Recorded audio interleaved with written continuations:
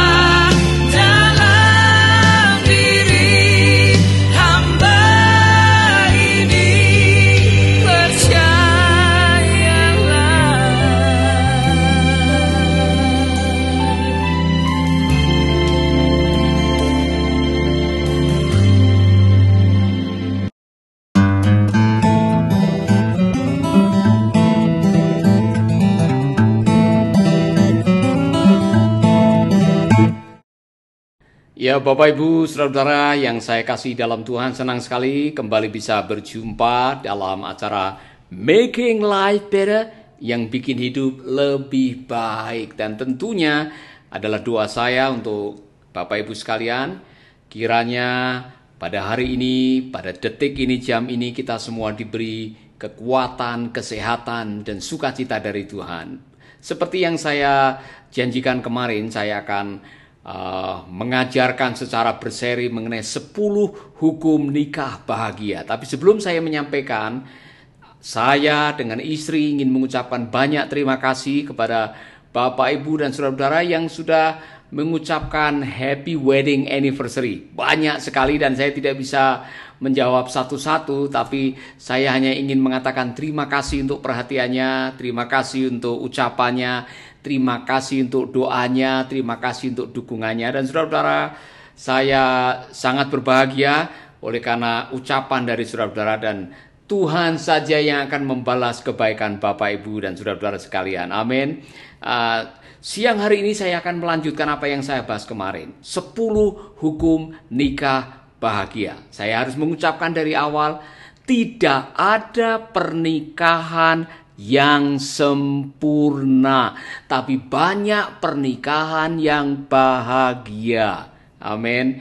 Jadi saya ulangi lagi, saudara, kalau saudara menuntut untuk bisa menikah happily forever atau happily ever after seperti Cinderella, tidak ada di dunia ini, saudara. Itu hanya di dunia dongeng, di cerita dongeng yang katanya setelah menikah mereka happily ever after. Nah, saudara-saudara, kita semua yang namanya menikah itu kita menemukan atau kita hidup dengan orang yang mungkin beda latar belakang, beda cara dibesarkan, beda budaya, kadang-kadang beda cara pandang. Dan kemudian waktu kita menikah, Anda menuntut untuk pasanganmu seperti yang apa Anda mau, pasti saudara akan menghadapi clash, pertengkaran, perbedaan, krisis, konflik. Dan kalau kita tidak pandai-pandai memanage konflik, justru itu yang akan membuat pernikahan Anda tidak bahagia.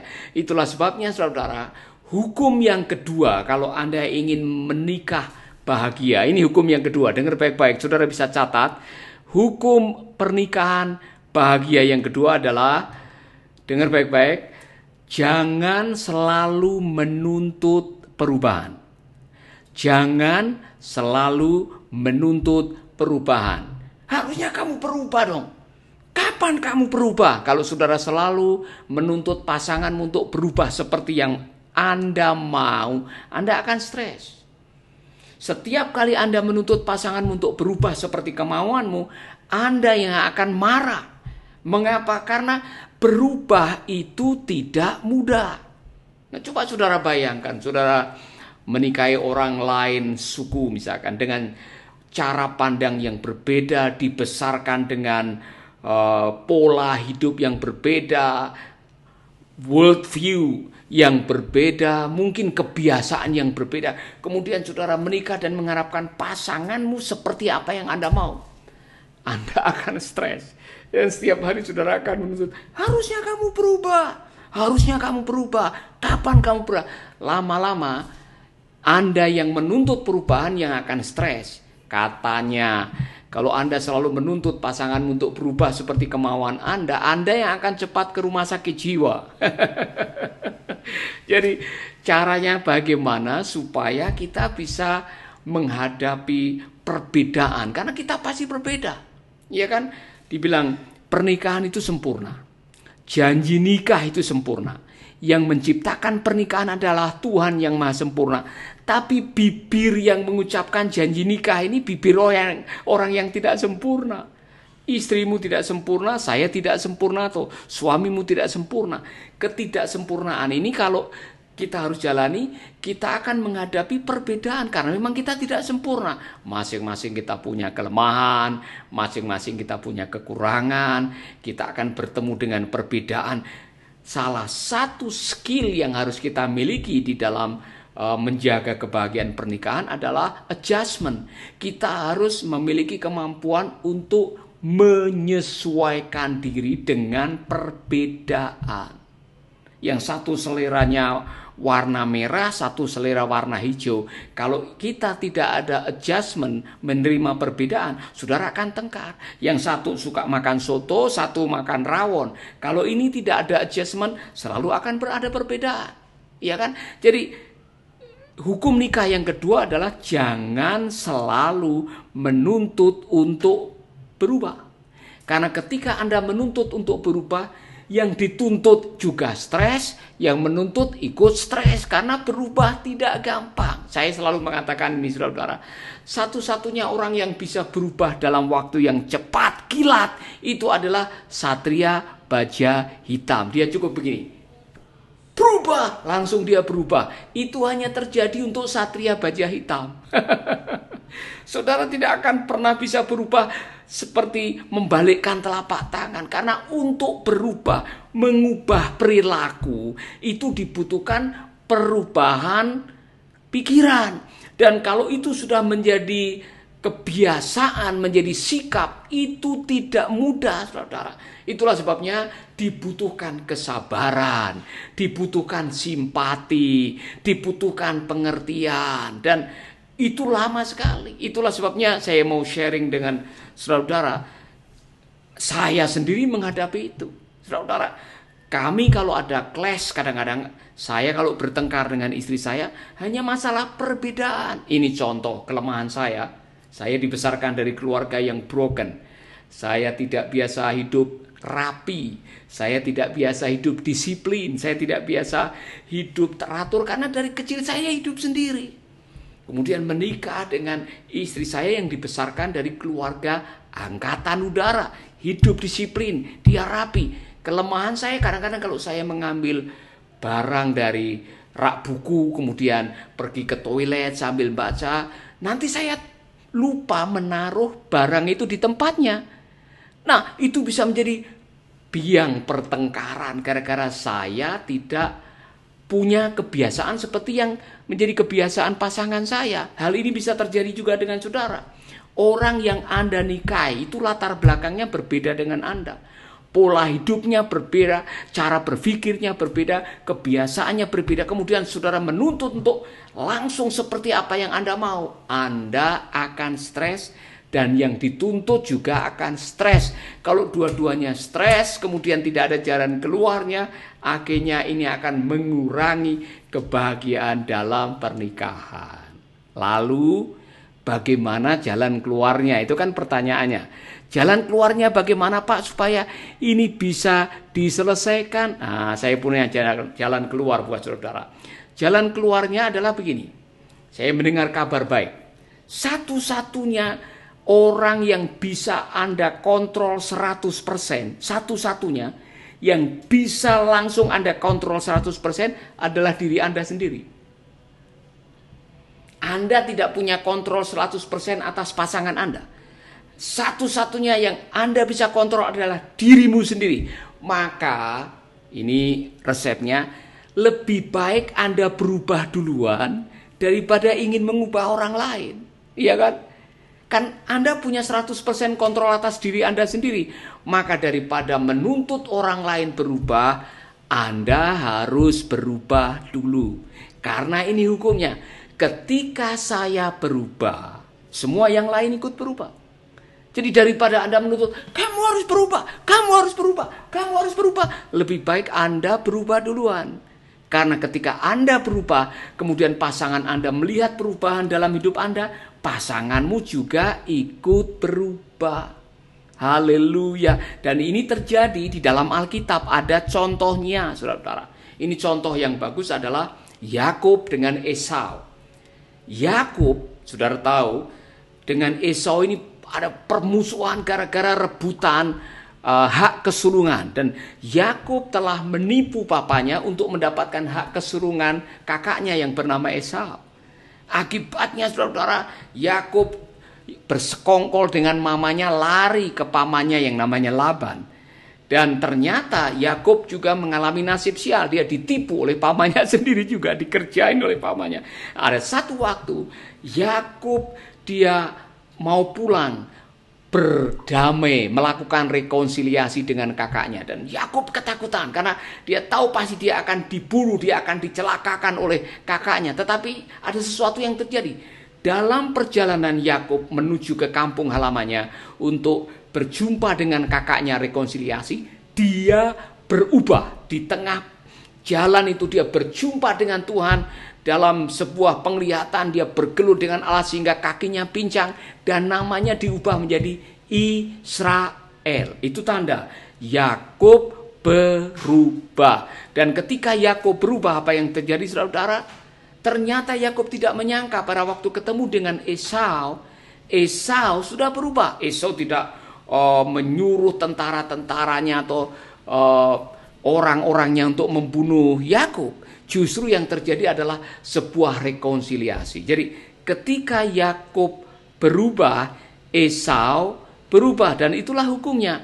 Ketika saya berubah, yang lain ikut berubah. Ketika Anda berubah, yang lain ikut berubah. Itulah hukum kedua dari hukum pernikahan bahagia adalah jangan selalu menuntut perubahan. Daripada Anda menuntut orang lain untuk berubah, kita dulu yang harus berubah. Karena hukumnya seperti hubungannya antara Esau dengan Yakub tadi. Ketika saya berubah, maka orang lain ikut berubah. Dan Alkitab mengajarkan kepada kita, saudara, di dalam kitab Roma, berubahlah oleh pembaharuan akal budimu.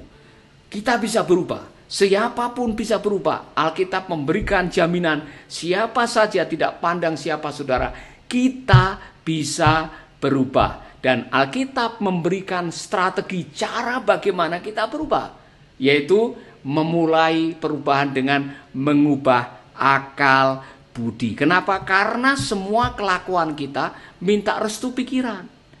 Jadi saudara, waktu Rasul Paulus mengatakan di dalam kitab Roma pasal 12, berubahlah oleh pembaruan akal budimu, ini adalah kabar baik buat kita semuanya.